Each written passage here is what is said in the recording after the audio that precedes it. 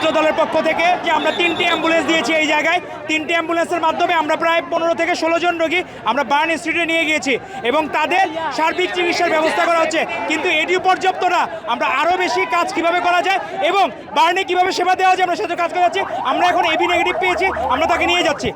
এখানে বার্ন যদি 70%-এর উপর হয় তাহলে তাকে বাঁচানো খুব কষ্টকর হবে, আর ছোট ছোট বাচ্চার কান্না সহ্য করার মতো না। আমরা বার্ন ইনস্টিটিউট থেকে এসেছি, এখন আবার বার্নেই যাচ্ছি। এই কান্না আসলে হৃদয় বিদারক, আপনারা দোয়া করবেন সবাই, আর আমরা কাজ করে যাচ্ছি, ছাত্রদল কাজ করে যাচ্ছে। তো অসম্ভব ম্যাসিভ ইনজুরি হয়েছে। আমরা ইন্ডিয়াতে যে দেখছি ম্যাসিভ দুর্ঘটনা, মেডিকেল কলেজের স্টুডেন্ট আর ছোট ছোট বাচ্চারা সব বার্নের পেশেন্ট, সব বার্নের, মানে অকল্পনীয় দৃশ্য।